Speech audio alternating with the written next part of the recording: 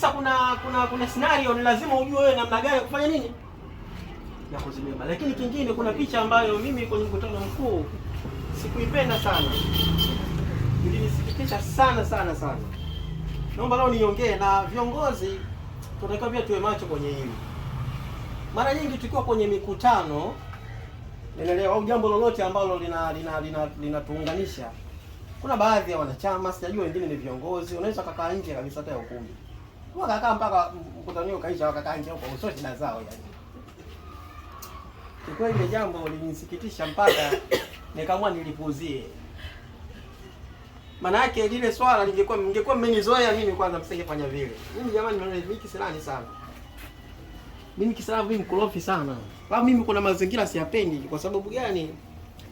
Sitaki nimtaje. Kuna mwenyekiti mmoja aliniita, aliniambia, "Mwalimu, hebu angalia wale wapo nje. Mkutano umeanza, wako nje. Ndio unaenda, wapo nje. Hebu jaribu kuambia." Kama siwezi kuambia kwa sababu sina cha kufanya nini? Cha kuambia. Unajua mtu mzima huwezi kumwelewesha situation ya namna hiyo. Njoo ndani, kwa nini hajui? Kwa nini kaja ukaa nje? Sikaja kuingia ndani.